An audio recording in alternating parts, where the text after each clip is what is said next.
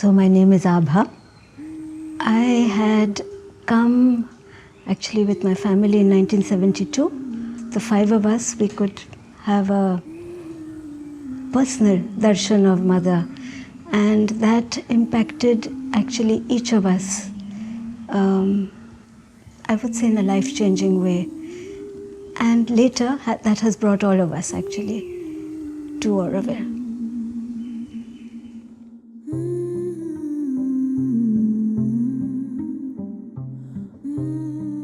Radhika and I started Shradhanjali in 1980.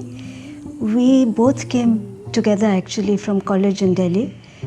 In that period, from mid-70s onward, Auroville was in great need of becoming self-sufficient as a community. And the need of the hour in a way was income generation. And since we both like to do things with our hands, so very, very blithely we just jumped in. We came straight from college. We had zero income. We had zero resource, but kind of everything just fitted in. Shradhanjali named so because it was really an Anjali of our Shraddha. We wanted to offer whatever we could do to this experiment. To speak about the logo of Shradhanjali, we chose the flower without knowing the deeper essence of it, an ipomia.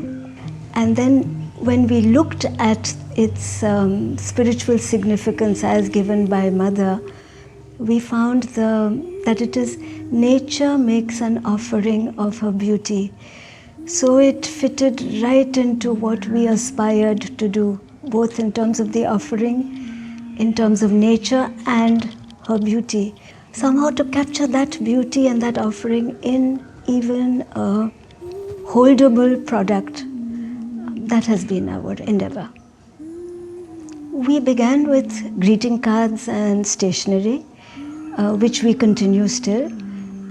We added along the way a whole range for the interiors, so ranging from coasters, trays, tables, partitions, mirrors, all kinds of things for the house.